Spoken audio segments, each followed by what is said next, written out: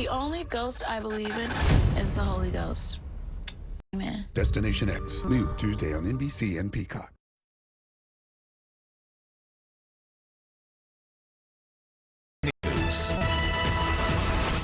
That breaking news happening in South LA, where there is a large perimeter set up as police search for 4 burglary suspects who got away after a pursuit. Police have been out there for nearly 2 hours at 75th Street and Hoover searching for that group.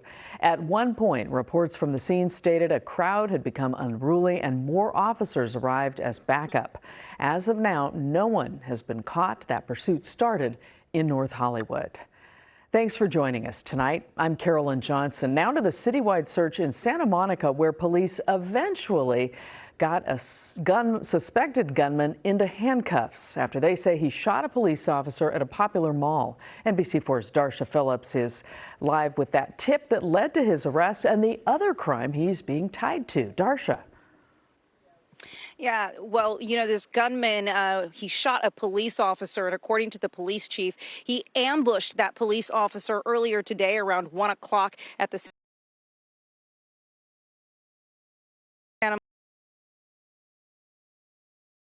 Monica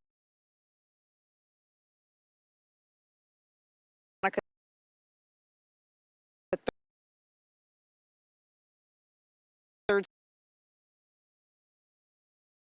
Street Promenade. Immediately, we saw an elevated police presence. Even some businesses had to shelter in place and go on lockdown. And people here in Santa Monica, they were fearful, but they were also on the lookout for that gunman.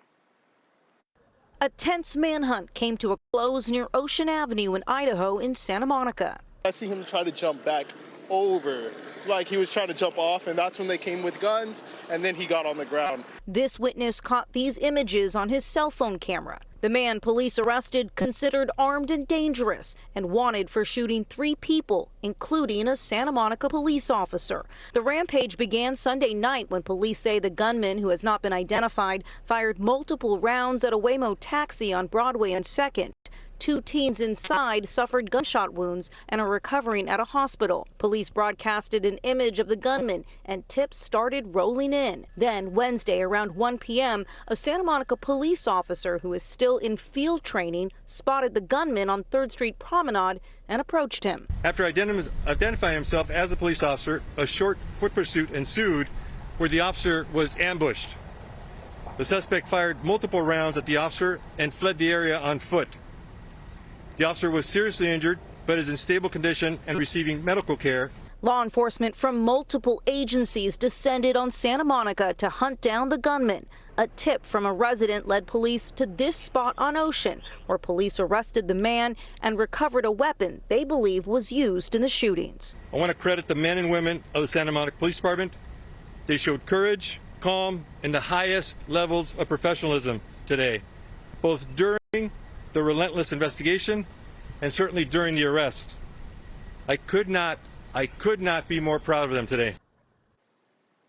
Now, the police chief says this is the second time in 8 months that a Santa Monica police officer was injured in the line of duty, and he says this underscores what his officers deal with on a day-to-day basis.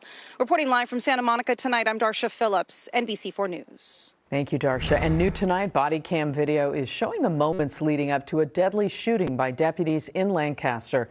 This happened June 7th, and we want to warn you, the video is disturbing. We are freezing it, though, before the shooting. I've not done nothing wrong, sir. Please.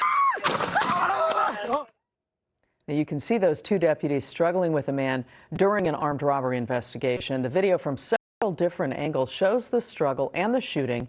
Deputies say during the struggle they tried to tase him, but that didn't work. And that's when they say the suspect, Eric Berrios, grabbed a gun from his waist and fired at the deputy. Now, the department zoomed in and circled the moment that he pointed the gun at them, and that's when they opened fire, killing Berrios. One deputy was shot in the lower body, taken to the hospital. The entire video has been posted to the Sheriff's Department YouTube page, which is now department policy. New tonight, a family of a longtime ice cream vendor is devastated after ICE agents detained him and took him away. NBC4's Macy Jenkins live in Southgate with their story. Macy. Hi, Carolyn. Well, we're in Culver City tonight, where an ice cream man who's been a beloved figure for the last 20 years started his week off as he always did, along Culver Boulevard, that is, pushing along his colorful cart full of treats. Well, then Monday afternoon, he called his wife to say, "I'm about to